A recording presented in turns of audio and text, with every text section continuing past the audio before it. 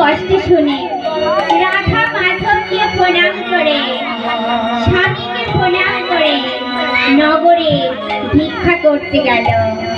আর এদিকে সুদেব রাধা মাধবের মন্দিরে গিয়ে বলছে, মাধব, আমার যে খুব কষ্ট হচ্ছে মাধব, আমি আর সহ্য করতে পারছি না।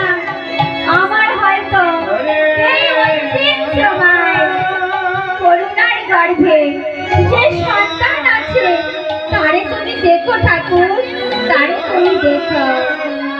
নিঃশ্বাসের অবনিঃশ্বাস রাধা মাধবকে যা প্রণাম করেছে, সুখদেবের প্রাণ পাখিটা উড়ে গেল।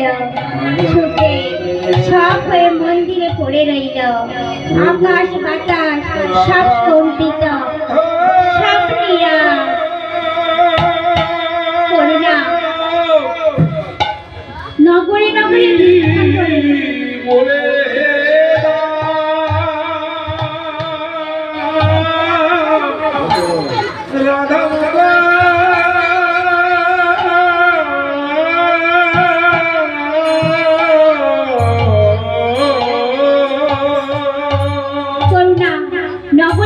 ভিক্ষা করে আনন্দে বাড়ি আসছে, আর স্বামীকে ডাকতে ডাকতে আসছে, স্বামী।